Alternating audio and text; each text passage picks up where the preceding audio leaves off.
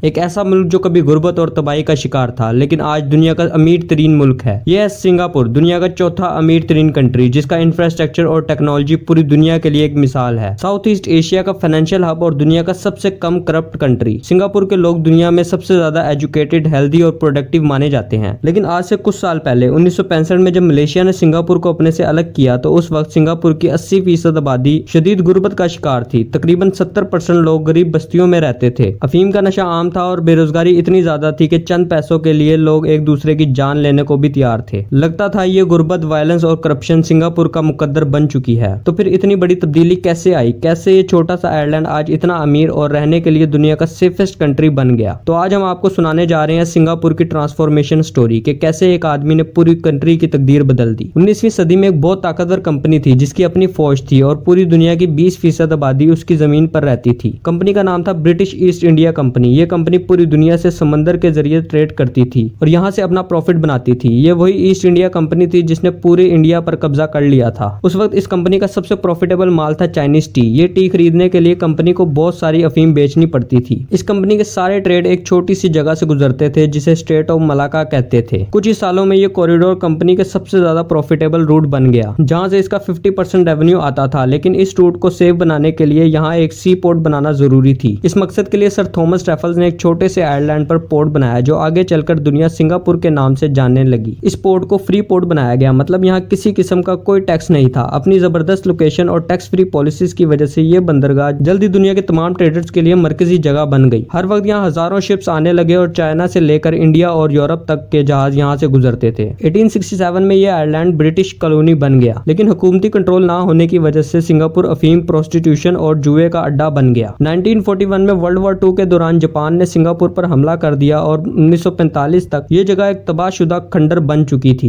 Britain ने इस दौरान कुछ खास मदद नहीं की, जिसके नतीजे में लोकल लोगों ने ब्रिटेन के खिलाफ शदीद नफरत पैदा हो गई। इस दौरान एक आदमी सामने आया जो सिंगापुर की तकदीर बदलने वाला था। उसका नाम था ली पेशे से लॉयर था और 1955 में उसने पीपल्स एक्शन पार्टी बनाई और लोकल इलेक्शन में चंद सीट जीत ली। जल्द ही वो बहुत पॉपुलर हो गया और 1959 में सिंगापुर का प्राइम मिनिस्टर बन गया। उस वक्त मलेशिया और सिंगापुर एक ही मुल्क थे जिसे मलाया कहा जाता था। ली के प्राइम मिनिस्टर बनने के 3 साल बाद मलेशिया ने सिंगापुर से अलग होने का फैसला कर लिया। वजह थी एथनिक और रिलीजियस डिफरेंस, जैसे कि 1947 में सब कॉन्टिनेंट में हुआ था। इस सेपरेशन के बाद ली के सामने एक ऐसी कौम थी जिसका नाम तक दुनिया में पहचाना नहीं जाता था, जो गुर्बत में डूबी हुई थी, जिनके पास काम, तालीम या घर कुछ भी नहीं था। ली अपनी कौम को इस दलदल से निकालने के लिए किसी भी हद तक जाने को तैयार था। सबसे पहले ली की गवर्नमेंट ने सोशल अनरेस्ट खत्म करने के लिए फ्री स्पीचेस बंद कर दी। प्रोटेस्ट, वायलेंस और ड्रग्स यूज करने वालों को सख्त सजा दी गई। जो भी गवर्नमेंट के खिलाफ बोलता उस पर केस कर दिया जाता। छोटी बातें जैसे चिंगम फेंकने पर भी पब्लिक पनिशमेंट दी जाती। सुनने में ये सख्ती लगती है लेकिन इसके जबरदस्त रिजल्ट आए। पॉलिटिकल और एथनिक टेंशन खत्म होने लगी। ली का ख्याल था कि जब तक लोगों को खुशहाली मिलेगी उन्हें किसी चीज की परवाह नहीं होगी। उस वक्त सिंगापुर का सबसे बड़ा मसला था हाउसिंग। 70% लोग कच्ची आबादियों में रहते थे। ली ने एक लॉ पास किया जिसके तहत गवर्नमेंट किसी भी जमीन को सस्ते दाम में खरीद सकती थी। फिर उस जमीन पर सस्ते घर बनाए गए। लोगों के लिए घर लेना आसान बनाने के लिए एक रूल बनाया गया कि हर आदमी की सैलरी का 25% कट कर सेंट्रल प्रोविडेंट फंड में रखा जाएगा और उतना ही 25% गवर्नमेंट अपने पास से देगी। आज सिंगापुर के 80% लोग गवर्नमेंट के बनाए हुए फ्लैट्स में रहते हैं। दूसरा मसला था जॉब। सिंगापुर के पास ना नेचुरल रिसोर्सेज थे, ना पड़ोसी मुल्क ट्रेड करने के लिए तैयार। ली समझ गया कि जॉब्स क्रिएट करने के लिए एक तरीका है फॉरेन इन्वेस्टमेंट लाना। इसके लिए टैक्सेस कम कर दिए गए, रेगुलेशन खत्म कर दी गई और फॉरेन कंपनीज को 10 साल तक टैक्स फ्री फैसिलिटीज दी गई। इस पॉलिसीज की वजह से फॉरेन कंपनी सिंगापुर आने लगी। 10 साल में अनएम्प्लॉयमेंट 0 हो गई, ग्रोथ रेट 13% तक पहुंच गया। करप्शन खत्म करने के लिए सख्त लॉ बनाए गए, हत्ता के करप्शन के जुर्म में फांसी की सजा तक दी गई। साथ ही गवर्नमेंट ऑफिसर्स की सैलरी 10 गुना तक बढ़ा दी गई ताकि कोई रिश्वत लेने का सोच भी ना सके। आज सिंगापुर दुनिया का सबसे कम करप्ट मुल्क है। ली ने ह्यूमन कैपिटल पर भी फोकस किया। टेक्निकल स्कूल्स बनाए, फॉरेन कंपनीज को पैसे देकर यहाँ बुलाया ताकि लोकल वर्क फोर्स को ट्रेन करें। इसका नतीजा ये हुआ कि सिंगापुर वर्कर्स दुनिया के सबसे मेहनती और स्किल्ड बने। आज सिंगापुर के पास world class health care, housing और एजुकेशन फैसिलिटीज हैं। उसका इंफ्रास्ट्रक्चर दुनिया में मिसाल है। सिंगापुर के स्टूडेंट्स ग्लोबल टेस्ट में सबसे ज्यादा स्कोर करते हैं। 1980 के बाद सिंगापुर ने petroleum, pharmaceuticals, advance computer component, ships building, chemical manufacturing और बहुत सी इंडस्ट्री में अपनी जगह बना ली। आज सिंगापुर दुनिया का तीसरा सबसे बड़ा पेट्रोलियम ट्रेडिंग कंट्री है और दूसरा easiest country to do business with माना जाता है। सिंगापुर की तरक्की असल में एक लीडर की अपने कौम से मोहब्बत और वफादारी का नतीजा है। ली की पॉलिसीज शायद दुनिया को परफेक्ट ना लगे, लेकिन वो सिंगापुर के लिए परफेक्ट साबित हुई। तो दोस्तों ये थी आज की वीडियो। मजीद ऐसी वीडियोस के लिए चैनल को सब्सक्राइब करें और वीडियो को लाइक करें। मिलते हैं किसी नए टॉपिक में नई वीडियो के साथ।